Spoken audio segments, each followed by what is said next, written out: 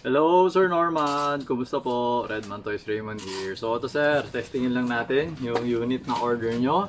The EMG Taran Tactical Innovation Pit Viper or the Jamik 4 pistol. Okay? So, ayan sir. So, sir, ang unit nyo.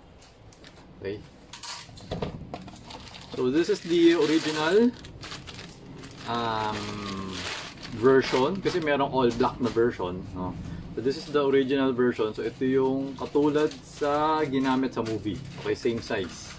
No, kasi pag yung meron ibang license unit, ano sila, oversized, mas malaki. So hindi sila parehas dun sa movie. Ito mas yung size niya same dun sa movie.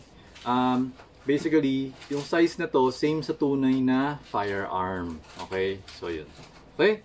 So ito naka-fix, ano to, fix outer barrel. So yan, hindi siya gumagalaw. Pero sa tunay, gumagalaw yung outer barrel. Okay? Sa airsoft lang naka-fix. Okay, so ito yung magazine. Yan. So gagawin natin is, actually, hindi ko pa pala na ma-modify ito, no? Okay, kailangan ko pa i-modify ito. Bago kasi itong unit mo. Nakalimutan ko na kailangan ko pa pala i-modify yung ano, yung sa magazine. Kasi nga itong butas na to maiksi, maliit. By default maliit siya.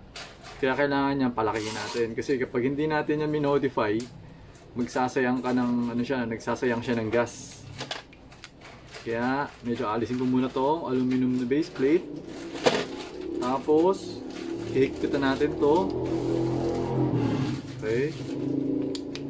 Para sigurado na yan, okay? Tapos, saan yung gas ko? Wait lang. Ito yung gas, no? So, lalagyan natin ng bala yung magazine. Okay, wait lang. Lalagyan natin.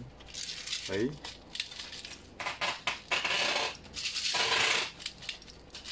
Ay, naparami yata. Okay, hindi. Okay na. Yan.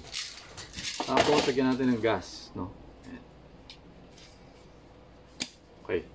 Yan. Tapos,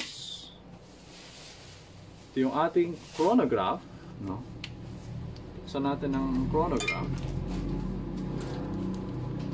Yan. Para makita nyo kung ilan yung FPS nya. Okay? So, ito papasok natin. Okay. Trigger finger out, no? Ayan. Ay, wait lang. Pakita ko pala sa inyo, if ever. O, yan. Okay, yan. Okay, so yan.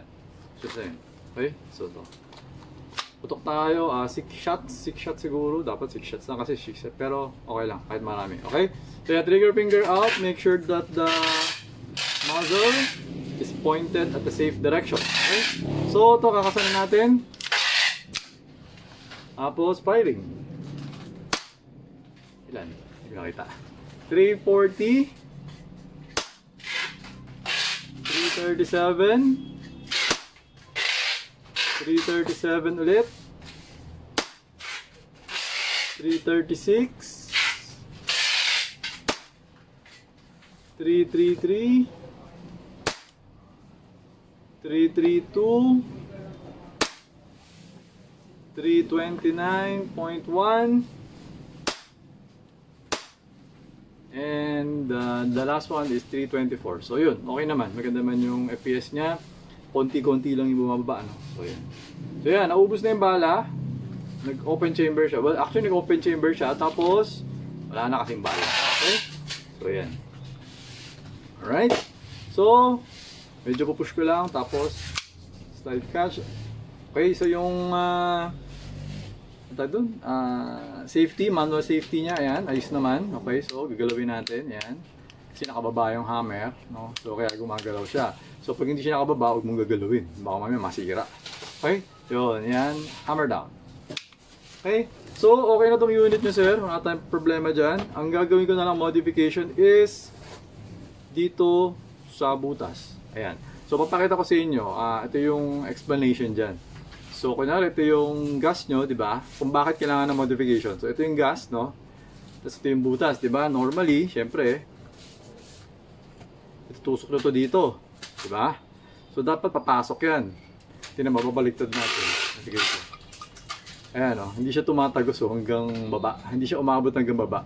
So, nai-stuck siya dyan sa may part na to, may malaking part. Kaya mangyayari, pag hindi natin minodify, tatagas yung gas kasi tatama yung ano dito eh. Tumatama eh. Kaya kailangan, itong nozzle, kumbaga ito kailangan hanggang baba talaga siya. Para hindi siya tumagas. Okay? So, ayun sir, i-modify ko lang and then after ko siya modify, ipapack ko na siya and then dadalhin ko na siya sa courier. Okay? So, ayun sir, pasensya na kayo at na-delay. Ako ay napakaraming problem. Pinaka-problem ko talaga is saan ko lilipat yung buong tindahan. Okay, so yun yung ginagawa ko, yun yung parati ko iniisip sa ko lalagay. Kaya medyo yung mga orders na nade-delay dahil lang naman dun. Okay? Pero yun, process ko na ngayon, i-delay ko naman sa courier. Okay?